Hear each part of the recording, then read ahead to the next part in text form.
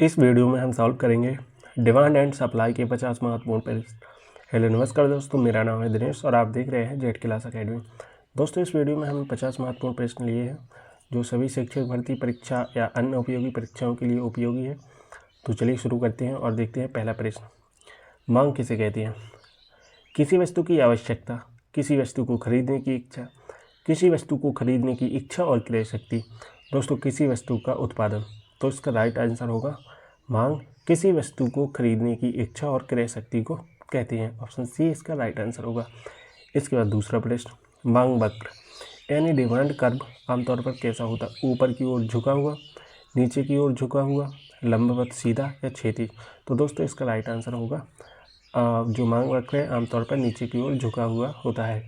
इसके बाद तीसरा प्रश्न, जब किसी वस्तु की कीमत घटती है तो उसकी मांग हमेशा बढ़ती है, घटती है, स्थिर रहती है, कीमत में असंबंधित। जब किसी वस्तु की कीमत घटती है तो उसकी मांग हमेशा बढ़ती है। ऑप्शन इसका ए राइट आंसर होगा दोस्तों। जब किसी वस्तु की कीमत घटती है तो उसकी मांग बढ़ती है। इसके बाद चौथा प्रश्न, मांग का नियम लॉ ऑफ डिमांड क्या कहलाता है? कीमत बढ़ने पर मांग बढ़ती है, कीमत घटने पर मांग घटती है, कीमत बढ़ने पर मांग बढ़ती है, कीमत का मांग से कोई संबंध नहीं। दोस्तों, इसका राइट आंसर होगा मांग का नियम या लॉ ऑफ डिमांड कहता है कीमत बढ़ने पर मांग घटती है। दोस्तों, जब किसी वस्तु की कीमत बढ़ जाती है तो अचानक से उसकी मांग घट जाती है। इसके बाद पांचवा प्रश्न, यदि किसी वस्तु की मांग उसकी कीमत की बजाय उपभोक्ता की आय पर निर्भर करती है तो उसे क्या कहते हैं? तो आय पर निर्भर करती है दोस्तों, तो क्रॉस डिमांड कहेंगे, आय डिमांड कहेंगे, या मूल डिमांड या प्राइस डिमांड बोलेंगे, या संयुक्त मांग। दोस्तों, आय पर निर्भर करती है तो इसे आय मांग बोलेंगे या आय इनकम डिमांड बोलेंगे। ऑप्शन बी इसका राइट आंसर होगा। इसके बाद छठवां प्रश्न, अगर आय बढ़ने से किसी वस्तु की कीमत घट जाती है तो वह वस्तु क्या कहलाती है? आवश्यक वस्तु, विलासिता वस्तु, गिफिन वस्तु या हीन वस्तु। तो दोस्तों, इसका राइट आंसर होगा ऑप्शन डी, उसे हीन वस्तु कहेंगे। अगर आय बढ़ने से किसी वस्तु की मांग घट जाती है उसे तो हीन वस्तु कहते हैं। ऑप्शन डी इसका राइट आंसर होगा। इसके बाद सातवां प्रश्न, गिफिन वस्तु का मांग वक्र कैसा होता है? सामान्य मांग वक्र की तरह होता है, या ऊपर की ओर झुका हुआ होता है, नीचे की ओर झुका हुआ होता है, या क्षैतिज रेखा होता है? तो दोस्तों, जो गिफिन वस्तुएं होती हैं हमेशा उनका मांग वक्र ऊपर की ओर झुका हुआ होता है। ऑप्शन बी इसका राइट आंसर होगा। इसके बाद दोस्तों देखेंगे आठवां प्रश्न, यदि किसी वस्तु की मांग उस वस्तु की कीमत में परिवर्तन के प्रति अत्यधिक संवेदनशील हो तो इसे क्या कहते हैं? तो लोचहीन मांग, इकाई लोच वाली मांग, लोचशील मांग, क्रॉस मांग। दोस्तों, इसका राइट आंसर होगा ऑप्शन सी, लोचशील मांग कहेंगे। ऑप्शन सी इसका राइट आंसर होगा। इसके बाद दोस्तों देखते हैं नौवां प्रश्न, पूर्ति का अर्थ क्या है? उत्पादकों द्वारा बेची गई कुल वस्तु, उत्पादकों द्वारा विभिन्न मूल्यों पर बेचे जाने की इच्छा और क्षमता, किसी विशेष बाजार में उपलब्ध वस्तुओं की कुल संख्या, या इनमें से कोई नहीं। तो दोस्तों, इसका राइट आंसर होगा पूर्ति का अर्थ है उत्पादकों द्वारा विभिन्न मूल्यों पर बेचे जाने की इच्छा और क्षमता। ऑप्शन बी इसका राइट आंसर होगा दोस्तों। इसके बाद देखते हैं 10वां प्रश्न, पूर्ति वक्र किस दिशा में झुका होता है? जो सप्लाई कर्व है वह किस दिशा में झुका होता है?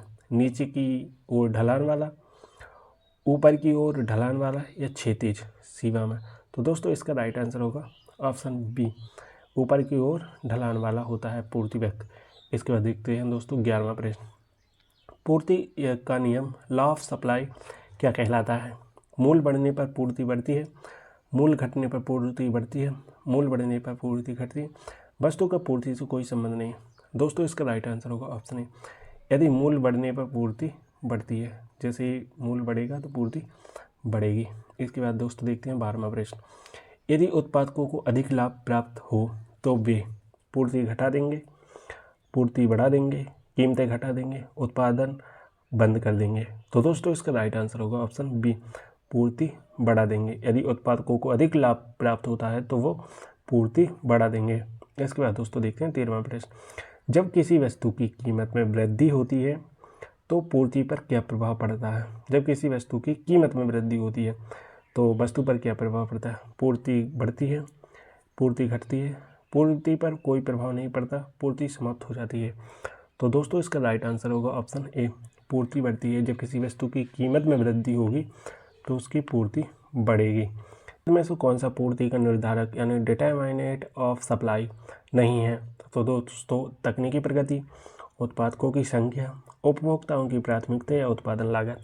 तो दोस्तों इसका राइट आंसर होगा ऑप्शन सी, उपभोक्ताओं की प्राथमिकता। ऑप्शन सी इसका राइट आंसर होगा। इसके बाद दोस्तों देखते हैं 15वां प्रश्न। पूर्ति वक्र दाएं स्थानांतरित होता है जब उत्पादन बढ़ जाता है। दोस्तों उत्पादन जब बढ़ जाता है, या दोस्तों ऑप्शन बी सरकार कर लगा देती है, उत्पादकों की संख्या बढ़ जाती है, उत्पादन घट जाता है। तो दोस्तों इसका राइट आंसर होगा ऑप्शन सी, उत्पादकों की संख्या बढ़ जाती है। उत्पादकों की संख्या बढ़ जाती है दोस्तों, पूर्ति वक्र दाएं स्थानांतरित होता है जब, तो उत्पादकों की संख्या बढ़ जाती है। ऑप्शन सी इसका राइट आंसर होगा। इसके बाद दोस्तों 16वां प्रश्न। यदि एक वस्तु की पूर्ति कीमत में बदलाव के प्रति असंवेदनशील हो तो इसे कहते हैं लोचशील पूर्ति, लोचहीन पूर्ति, क्रॉस पूर्ति, परिपूर्ण लोचहीन पूर्ति। दोस्तों इसका राइट आंसर होगा ऑप्शन बी, लोचहीन पूर्ति होगी। ऑप्शन बी इसका राइट आंसर होगा दोस्तों। इसके बाद देखते हैं 17वां प्रश्न। बाजार संतुलन यानी मार्केट इक्विलिब्रियम का अर्थ क्या है? तो दोस्तों जब मांग अधिक होती है, बाजार संतुलन जब पूर्ति अधिक होती है, जब मांग और पूर्ति बराबर होती है, जब कीमत अधिक होती है। तो दोस्तों इसका राइट आंसर होगा ऑप्शन सी, जब मांग और पूर्ति बराबर होती है उसे बाजार संतुलन बोलते हैं या मार्केट स्टेबल बोलेंगे। दोस्तों इसके बाद 18वां प्रश्न। जब मांग अधिक होती है और पूर्ति कम होती है तो कीमत बढ़ती है, घटती है, स्थिर रहती है। तो दोस्तों इसका राइट आंसर होगा मांग जो कीमत है वह बढ़ती है। ऑप्शन ए इसका राइट आंसर होगा। इसके बाद दोस्तों देखते हैं 19वां प्रश्न। जब वस्तु की कीमत बढ़ती है तो उस वस्तु की मांग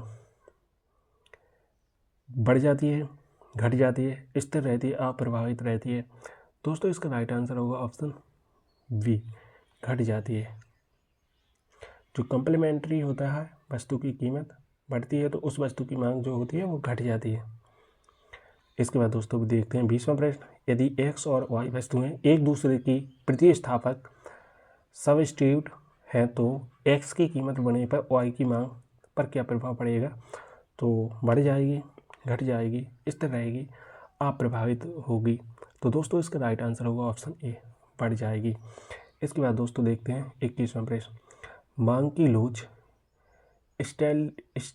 इलास्टिसिटी ऑफ डिमांड मांग की लोच को मापने के लिए कौन सा सूत्र उपयोग किया जाता है? मांग प्रतिशत बटे कीमत परिवर्तन प्रतिशत, या पूर्ति परिवर्तन बटा कीमत परिवर्तन प्रतिशत, कीमत परिवर्तन प्रतिशत बटा मांग परिवर्तन प्रतिशत। तो दोस्तों इसका राइट आंसर होगा ऑप्शन ए, मांग परिवर्तन प्रतिशत बटा कीमत परिवर्तन प्रतिशत, या प्रतिशत कीमत परिवर्तन। इसके बाद दोस्तों देखते हैं 22वां प्रश्न। मांग की लोच यदि एक से अधिक हो तो इसे क्या कहती है? लोचहीन मांग, इकाई लोच वाली मांग, लोचशील मांग, पूर्ण लोचहीन मांग। तो दोस्तों इसका राइट आंसर होगा ऑप्शन सी, लोचशील मांग बोलेंगे। इसके बाद दोस्तों देखते हैं 23वां प्रश्न। मांग की लोच यदि 0 हो तो इसे क्या कहते हैं? पूर्ण लोचहीन मांग, पूर्ण लोचशील मांग, या दोस्तों ऑप्शन तीसरा या सी, इकाई लोच वाली मांग या क्रॉस मांग। तो दोस्तों इसका आंसर होगा, राइट आंसर होगा ऑप्शन ए, पूर्ण लोचहीन मांग बोलेंगे। मांग की लोच यदि 0 हो तो इसे पूर्ण लोचहीन मांग बोलेंगे। इसके बाद दोस्तों देखते हैं 24वां प्रश्न। मांग के निर्धारकों में कौन शामिल नहीं है? जो मांग के निर्धारकों में कौन शामिल नहीं है? आय, स्वाद और प्राथमिकता, उत्पादन लागत, प्रतिस्थापक वस्तुओं की कीमत। दोस्तों इसका राइट आंसर होगा ऑप्शन सी, उत्पादन लागत। ऑप्शन सी इसका राइट आंसर होगा। इसके बाद दोस्तों देखते हैं 25वां प्रश्न। यदि किसी वस्तु की कीमत घटती है और उसकी कुल आय यानी टोटल रेवेन्यू भी घट जाती है तो उसकी मांग कैसी होगी? लोचशील मांग, लोचहीन मांग, इकाई लोच वाली मांग, या पूर्ण लोचशील मांग। तो दोस्तों इसका राइट आंसर होगा ऑप्शन बी, लोचहीन मांग होगी। इसके बाद दोस्तों देखते हैं 26वां प्रश्न। पूर्ति का निर्धारण कौन करता है? उपभोक्ता, सरकार, उत्पादक या बैंकर। तो दोस्तों इसका राइट आंसर होगा ऑप्शन सी, पूर्ति का निर्धारण उत्पादक करते हैं। इसके बाद दोस्तों देखते हैं 27वां प्रश्न, जब किसी वस्तु की पूर्ति कीमत के प्रति अत्यधिक संवेदनशील हो तो इसे क्या कहते हैं? लोचशील पूर्ति, लोचहीन पूर्ति, इकाई लोच वाली पूर्ति या पूर्ण लोचहीन पूर्ति। तो दोस्तों इसका राइट आंसर होगा ऑप्शन ए, लोचहीन पूर्ति बोलेंगे। इसके बाद दोस्तों देखते हैं 28वां प्रश्न, कौन सा कारक पूर्ति को प्रभावित नहीं करता? तकनीकी सुधार, कच्चे माल की लागत, उपभोक्ता की पसंद, सरकार की नीतियाँ। तो दोस्तों इसका राइट आंसर होगा ऑप्शन सी, उपभोक्ता की पसंद पूर्ति को प्रभावित नहीं करता है। इसके बाद दोस्तों देखते हैं 29वां प्रश्न, यदि सरकार किसी उत्पाद पर कर या टैक्स बढ़ा देती है तो उसकी पूर्ति पर क्या प्रभाव पड़ेगा? पूर्ति बढ़ जाएगी, पूर्ति घट जाएगी, पूर्ति अपरिवर्तित रहेगी, कीमत पर कोई प्रभाव नहीं पड़ेगा। तो दोस्तों इसका राइट आंसर होगा ऑप्शन बी, पूर्ति घट जाएगी। इसके बाद दोस्तों देखते हैं 30वां प्रश्न, जब कोई उत्पादक अपनी उत्पादन तकनीकी में सुधार करता है तो पूर्ति बढ़ जाती है, घट जाती है, अपरिवर्तित रहती है या समाप्त हो जाती है। तो दोस्तों इसका राइट आंसर होगा जब कोई उत्पादक अपनी उत्पादन तकनीकी में सुधार करता है तो पूर्ति बढ़ जाती है, ऑप्शन ए इसका राइट आंसर होगा। इसके बाद दोस्तों देखते हैं 31वां प्रश्न, पूर्ति की लोच को मापने के लिए कौन सा सूत्र उपयोग किया जाता है? तो दोस्तों इसका राइट आंसर होगा ऑप्शन ए, प्रतिशत पूर्ति परिवर्तन बटा प्रतिशत कीमत परिवर्तन। शायद ये क्वेश्चन हमने पहले ही कंप्लीट कर लिया। इसके बाद दोस्तों देखते हैं 32वां प्रश्न, यदि कीमत बढ़ने पर पूर्ति में कोई बदलाव नहीं होता तो इसे क्या कहते हैं? यदि कीमत बढ़ने पर पूर्ति में कोई बदलाव नहीं होता तो इसे क्या कहेंगे दोस्तों? लोचहीन पूर्ति, लोचशील पूर्ति, इकाई लोच वाली पूर्ति या पूर्ण लोचहीन पूर्ति। दोस्तों इसका राइट आंसर होगा ऑप्शन डी, पूर्ण लोचहीन पूर्ति बोलेंगे। इसके बाद दोस्तों देखते हैं 33वां प्रश्न, बाजार संतुलन यानी में कौन सा तत्व महत्वपूर्ण, जो बाजार संतुलन है उसमें कौन सा तत्व महत्वपूर्ण होता है? तो मांग और पूर्ति, केवल मांग, केवल पूर्ति, सरकार की नीति। तो दोस्तों बाजार संतुलन में मांग और पूर्ति का दोनों का महत्व होता है। इसके बाद दोस्तों देखते हैं, यदि कीमत निर्धारित संतुलन मूल्य एक्विलिब्रियम प्राइस से अधिक हो तो बाजार में क्या होगा? मांग बढ़ सकती है, पूर्ति बढ़ जाएगी या दोस्तों मांग और पूर्ति बराबर होगी, अतिरिक्त पूर्ति सरप्लस होगी। दोस्तों सो इसका राइट आंसर होगा 34वें का डी, अतिरिक्त पूर्ति सरप्लस होगी। दोस्तों इसके बाद देखते हैं 35वां प्रश्न, यदि कीमत वस्तु मूल्य से कम हो तो बाजार में क्या होगा? मांग कम हो जाएगी, पूर्ति बढ़ जाएगी, मांग और पूर्ति बराबर होगी, मांग अधिक और पूर्ति कम होगी। तो दोस्तों इसका राइट आंसर होगा ऑप्शन डी, मांग अधिक और पूर्ति कम होगी। इसके बाद दोस्तों देखते हैं 36वां प्रश्न, बाजार मूल्य कैसे निर्धारित होता है? सरकार द्वारा, उत्पादकों द्वारा, उपभोक्ताओं द्वारा या मांग और पूर्ति के परस्पर संबंध द्वारा? तो दोस्तों इसका राइट आंसर होगा ऑप्शन डी, मांग और पूर्ति के परस्पर संबंध द्वारा। इसके बाद दोस्तों देखते हैं 37वां प्रश्न, जब सरकार किसी वस्तु की न्यूनतम कीमत तय कर देती है तो इसे क्या कहते हैं? तो इसे कहते हैं न्यूनतम समर्थन मूल्य बोलेंगे दोस्तों, ऑप्शन बी इसका राइट आंसर होगा। 38वां प्रश्न, जब किसी वस्तु का अधिकतम मूल्य सरकार द्वारा तय किया जाता है तो इसे क्या कहते हैं? मूल्य अधिसूचना, अधिकतम मूल्य नियंत्रण, पूर्ति नियंत्रण या मांग नियंत्रण? तो दोस्तों इसका राइट आंसर होगा ऑप्शन बी, अधिकतम मूल्य नियंत्रण। इसके बाद दोस्तों देखते हैं 39वां प्रश्न, जब किसी वस्तु की कीमत घटती है तो प्रतिस्थापन प्रभाव के कारण उसकी मांग क्या बढ़ जाती है, घट जाती है, स्थिर रहती है, समाप्त हो जाती है? तो दोस्तों इसका राइट आंसर होगा वो बढ़ जाती है। इसके बाद दोस्तों देखते हैं 40वां प्रश्न, आय प्रभाव क्या है?